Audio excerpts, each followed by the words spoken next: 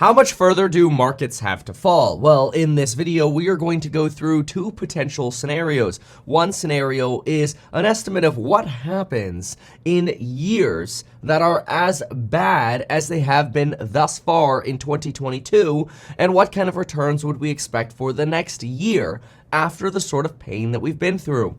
Then we're going to go ahead and look at a Citibank analysis in terms of what three potential scenarios we could run into in terms of market returns and what to do in each of those scenarios. Let's get right into that. Note, this video is brought to you by StreamYard. If you watched any of my Tesla live streams yesterday, or you like my Federal Reserve or CPI or jobs live streams, they are brought to you by StreamYard.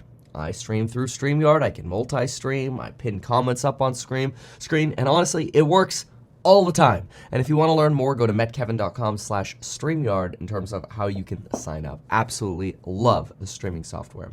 Okay, folks. First, let's look at the S&P 500. The S&P 500 has had its worst year in over 50 years when we count the number of green days there have been. There have not been a lot of green days. As a result, there have been a lot of opportunities to follow the psychology of money and buy on red. Unfortunately, just buying the dip has turned into riding the fallen knife down. Well, folks, could that potentially be setting your portfolio up for green for next year? Let's take a look at this report and then we'll get into the Citi report. Take a look at this chart here. Years with fewer up days than red days tend to precede years with above average returns. So in other words, in English, when we have these nasty years where positive days are less than 50%, look at what we have here. Positive days are anywhere between 42 to about 45%. Anytime we have those sorts of years, we tend to see S&P returns which are vastly negative. And this makes sense, right? This year we're at 43.5% positive days, and if you look at the return for this year, we're at about negative 22%.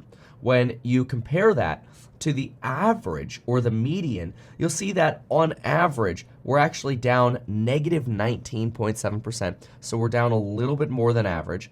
And on the median, we're down 17.9%. So by the middle, we're also a little bit exceeding the middle here.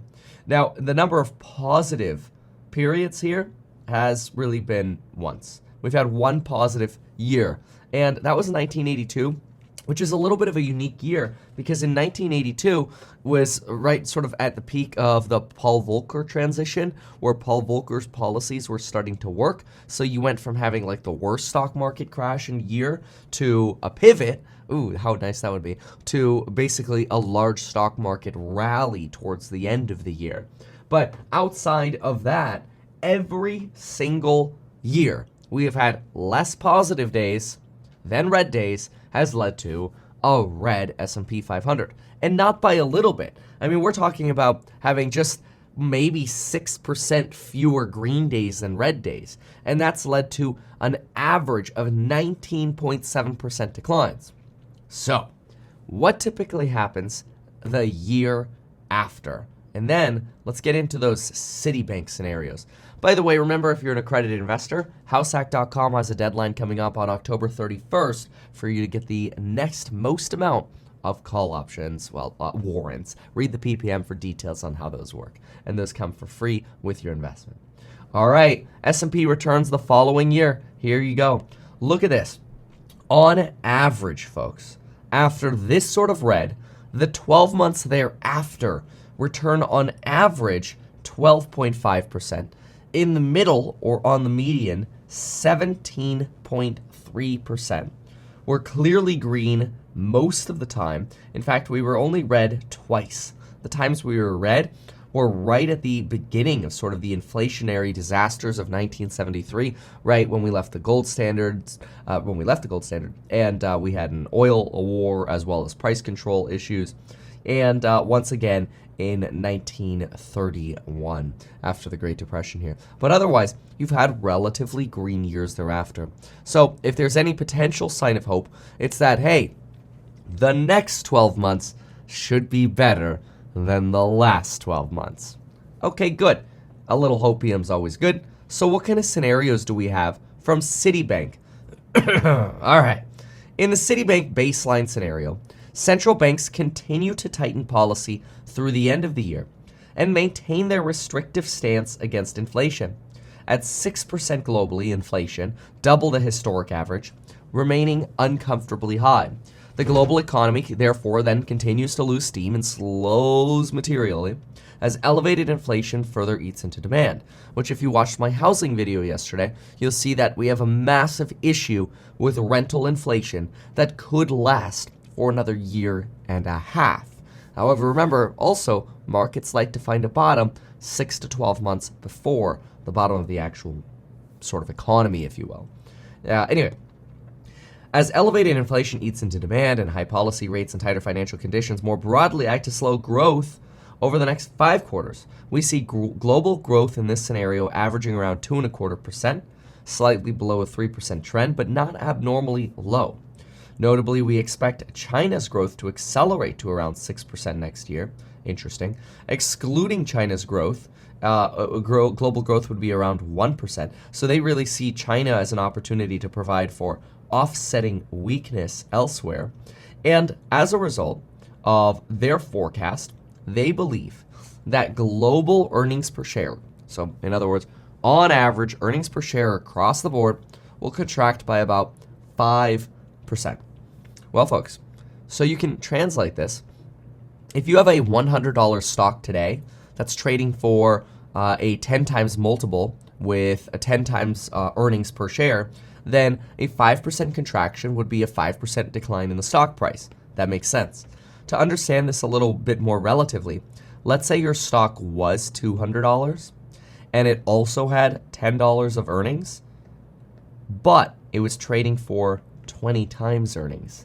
So phase 1 of a market crash is multiple compression.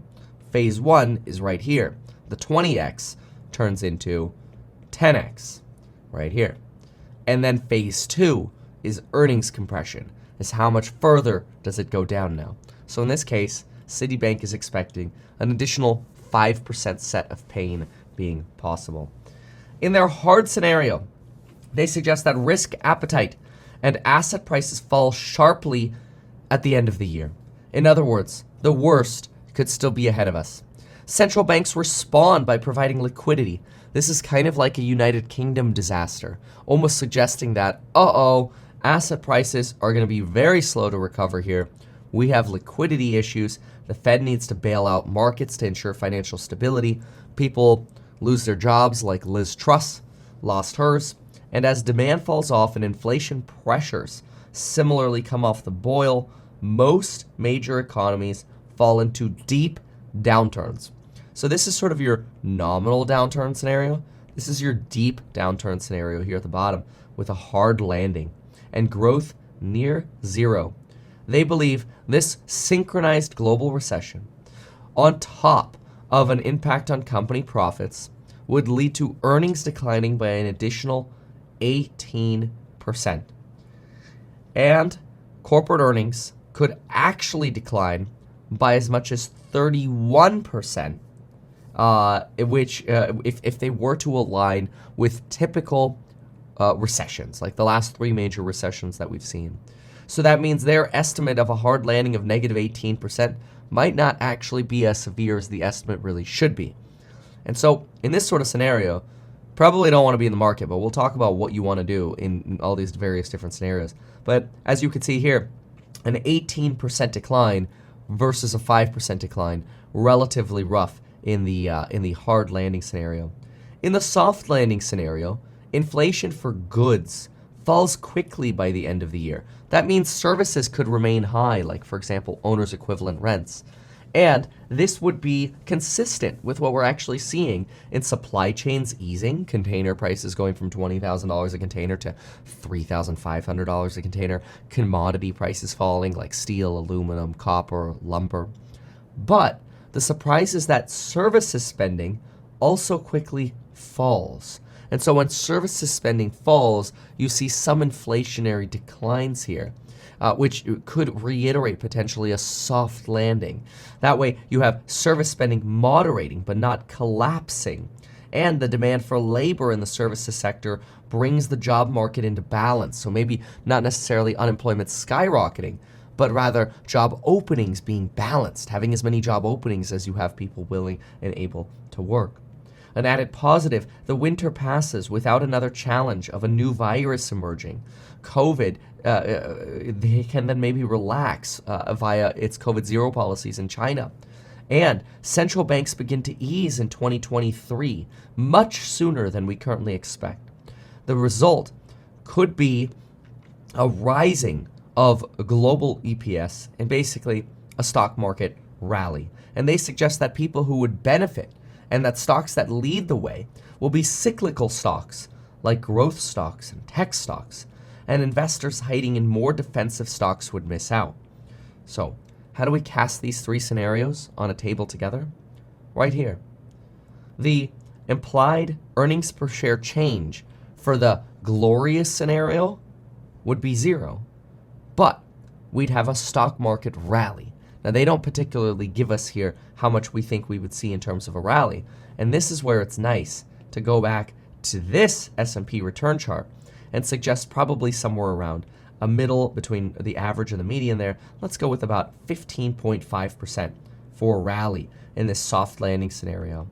And in this rally scenario, you potentially want to chase the rallies and ultimately buy cyclicals that have sold off. Anything that moves with the business cycle. So anything that's been heavily sold off in this last recession could rebound nicely. Whereas things that have performed well, like defensives, like energy, healthcare, might not do as well. In the hard landing scenario, you want to sell every single dip. Just get out of the market, get into defensives, which honestly right now is just cash.